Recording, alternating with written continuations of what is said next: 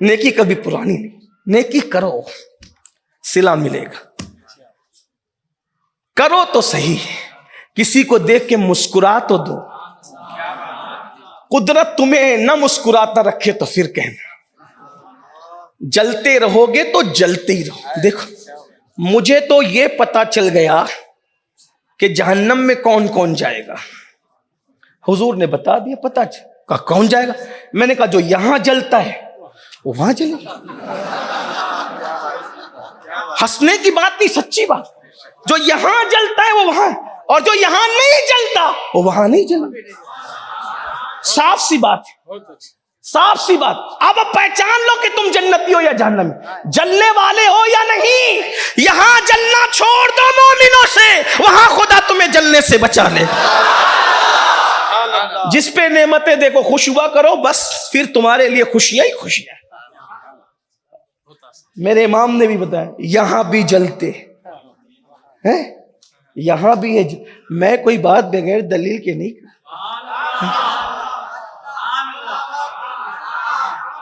اگر کچھ چھوکروں کو سمجھ میں نہ آئے تو ان کا کچھ. یہاں بھی ہے جلتے, وہاں بھی جلیں گے. دیکھ رہے, میں نے کوئی نئی بات کہی, میرا کچھ نہیں ہے, یہ تو میرے بزرگوں کی خیرات. یہاں بھی یہ جلتے, وہاں بھی جلیں گے. جلنے جو یہاں جلتے وہاں جلیں گے. اللہ اکبر. تو بات میں دور نکل گئی. البر لا یبلا, نیکی کبھی پرانی نہیں ہو. 10ویں نمبر کا 7ویں نمبر کا دادا کر لے تو نیچے 10ویں اور 7ویں نمبر تک کام آتی ہے. میرے بھائی ایک بات اور کہہ دوں, تھک نہیں گئے تھے. کچھ پانی کھڑے ہو کے پینے کی اجازت ہے, ایسا ہی. ان میں سے ایک پانی اگر نہیں پتا ہے تو یاد کر لو, وضو کا پانی. کیا, کون سا پانی؟ وضو کا پانی. تو وہ کہ وضو کا پانی جو بچ جائے کھڑے ہو کے پینا. نے کہا کہ بات تو میں مانتا ہوں, چلے حضور نے پیا ہم بھی پیئیں گے, اور فقہا نے ہی بیان کیا کہ کیوں پیے اس کو. اور بولے وضو کا بچا ہوا پانی. نے کہا اس کی کیا فضیلت, اس میں شفا ہے. میں نے کہا کیوں شفا ہے؟ کہا یہ وضو کا بچا ہوا پانی. وضو کا بچا ہوا پانی لوٹے کا پانی, لوٹے میں کیوں فضیلت والا ہو گیا؟ تو جس نے وضو کرا کر احسان کیا وہ تو زمین میں بہ گیا. جس نے وضو کرا کے پاک کیا احسان کیا وہ تو زمین میں بہ گیا. اس نے تو کچھ نہیں کیا, تو لوٹے میں پڑا ہوا ہے. پہلے ہی پڑا تھا, ابھی بھی پڑا. پھر یہ کیسے شفا ہو گیا؟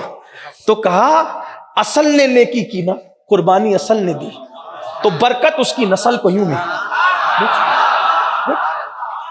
پانی اگر قربانی دے دے تو اس کی نسل کی اتنی برکت ہے. اب بھی لوگوں کو سمجھ نہیں آئے گی, کہا سیدوں کو اتنا کیوں چاہتے ہو؟ میں نے کہا پانی جب قربانی دے تو اس کی پڑی ہوئی نسل کی اتنی تعظیم کرتے ہیں, اور سیدوں کے دادا حسین نے کتنی بڑی قربانی دی.